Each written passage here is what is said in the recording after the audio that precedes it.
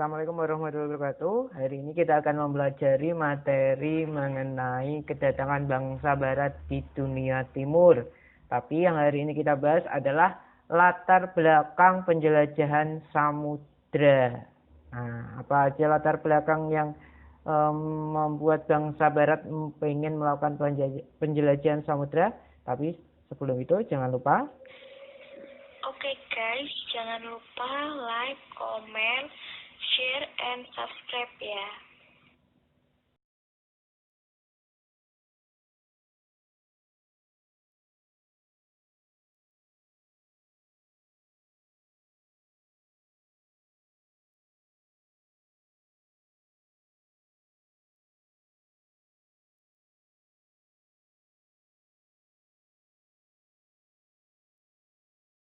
Latar belakang penjelajahan samudra. Yang pertama adalah kisah perjalanan Marco Polo. Beliau adalah seorang pedagang dari Venesia, Italia yang melakukan perjalanan ke Cina. Kisah perjalanannya dituangkan dalam buku berjudul Book of Various Experience yang mengisahkan tentang keajaiban dunia atau Imago Mundi yang menyebabkan orang-orang yang membacanya penasaran dan pengen membuktikan apa yang diceritakan oleh Marco Polo. Sehingga apa yang dilakukan Marco Polo ini menjadi semangat bagi bangsa barat untuk melakukan penjelajahan samudra. Yang kedua adalah jatuhnya kota Konstantinopel tahun 1453. Kota Konstantinopel merupakan ibu kota dari Romawi Timur. Jatuhnya kota Konstantinopel tersebut ke tangan Kesultanan Turki pada tahun 1453 menyebabkan terputusnya hubungan dagang ke dunia timur. Akibatnya bangsa barat tidak bisa mendapatkan rempah-rempah yang dulunya bisa didapatkan dari pasar Konstantinopel. Akibatnya bangsa barat harus mencari pusat rempah-rempah itu sendiri, yaitu dengan melakukan penjelajahan samudra. Yang ketiga, adanya semangat penaklukan Reconquista atau semangat balas budi, kekalahan dalam perang salib. Yang keempat, berkembangnya teknik pelayaran dan penemuan kompas. Hal ini menyebabkan perkembangan teknologi sehingga mempengaruhi keberhasilan dalam pelayaran sehingga menyebabkan bangsa barat ingin melakukan penjelajahan samudra.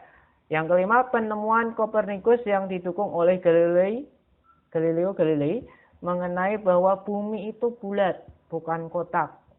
Zaman dulu pada abad zaman ke-8, kaum peneliti sangat terkekang sehingga ketika mereka mau melakukan penelitian dan penelitian itu dianggap tidak sesuai dengan ajaran agama, mereka akan dihukum mati. Tapi setelah abad pencerahan, teknologi penelitian dan sebagainya berkembang pesat dan hal ini bisa menunjukkan ilmu pengetahuan pada dunia. Salah satunya penemuan Kopernikus dan Galileo Galilei ini bisa dibuktikan dengan melakukan penjelajahan samudra untuk membuktikan bahwa apa yang dikatakan Kopernikus yang mengenai bumi itu bulat itu bisa kenyataan dengan cara berlayar dari arah barat, nanti mereka akan kembali lagi ke tempat semula.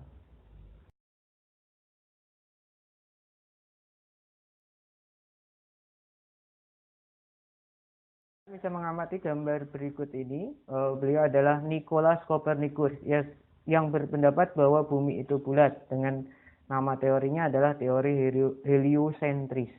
Copernicus menemukan teori heliosentris dan didukung oleh Galileo Galilei yang menemukan teleskop untuk melihat gugusan bintang.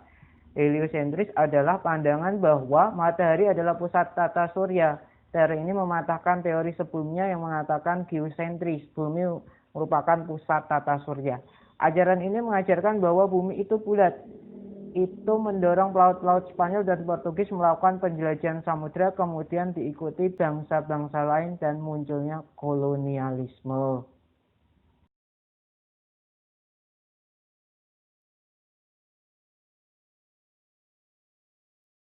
Isaac Newton. Nama ini pasti sudah tidak asing bagi kalian. Dirinya terkenal karena penjabaran hukum gravitasi. Newton berhasil menunjukkan bahwa gerak benda di bumi dan benda luar angkasa lainnya diatur oleh sekumpulan hukum alam yang sama. Karyanya yang terbesar dan paling berpengaruh miliknya adalah Filosofi Naturalis Philosophiae Mathematica. Pemikiran tentang fisika ini ternyata membawa wajah baru dalam ilmu pengetahuan, sehingga dirinya merupakan tokoh yang berpengaruh pada masa itu.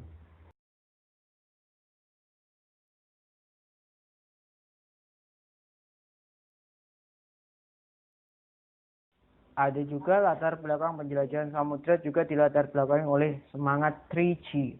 Goal, Glory, Gospel. Goal itu adalah mencari kekayaan, glory kekuasaan, gospel adalah semangat untuk menyebarkan agama.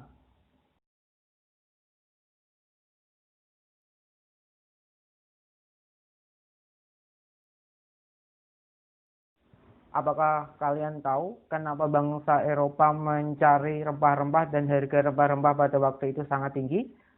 Kalian bisa melihat pada slide berikut, ini adalah gambar dari rempah-rempah. Perlu kalian tahu bahwa iklim di Eropa itu adalah iklim dingin, di mana mereka sangat sulit untuk bisa bertahan hidup. Dan salah satu cara mereka bisa bertahan hidup adalah dengan mengawetkan makanan. Salah satu teknik pengawetan makanan pada masa itu adalah dengan menggunakan garam. Tapi ketika musim dingin, makanan yang diawetkan itu akan dikeluarkan dan dimasak. Tetapi tetap aja ada rasa asin yang tidak bisa dihilangkan. Salah satu cara untuk menghilangkan rasa asin itu bagaimana? Itulah gunanya dari rempah-rempah.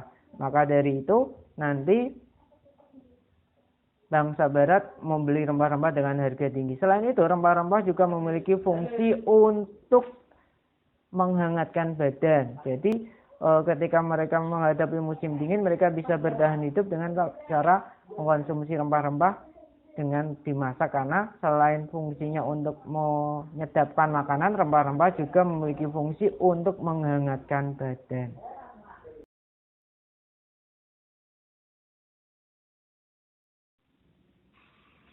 Oke guys, jangan lupa like, comment, share, and subscribe ya.